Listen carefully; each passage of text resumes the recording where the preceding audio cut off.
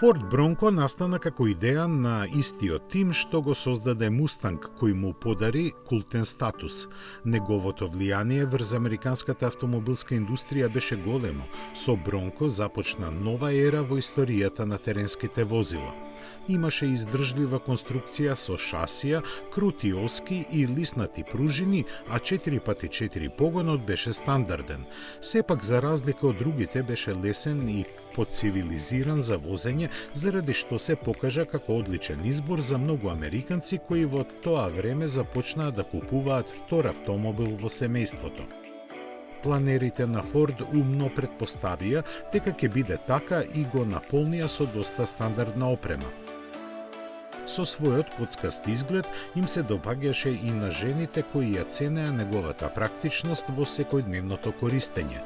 Комфорен, тивок и со прифатлива цена, се опремуваше со 2,8 литерски 6-цилиндричен мотор со 105 конски сили и 3-степен мануелен менувач, двојно посилниот V8 дојде наредната година, а автоматиката многу подоцна.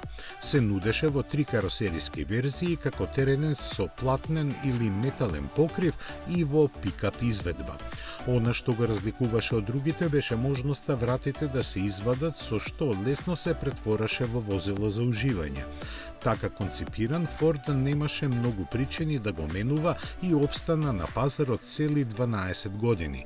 Под влијание на конкуренцијата, втората генерација значително порасна и со својот посериозен изглед за неколку пати ги зголеми бројките на продажбата. Го трасираше патот и за подоцнежните модели се до 1996-та, кога замина во историјата. Со промена на пазарната стратегија на почеток на деценијата, Форд го искористи имиџот што Бронко го имаше и лансираше сосема нов теренец со ретро дизајн и карактеристики како оригиналот од 1965-та. Европскиот модел пак ќе биде нешто сосема поинакво и освен името ќе нема ништо заедничко со својот американски роднина. Ќе биде позициониран помеѓу Puma и Kuga, од која ќе наследи доста механички компоненти, вклучувајќи го и плагин хибридниот погон.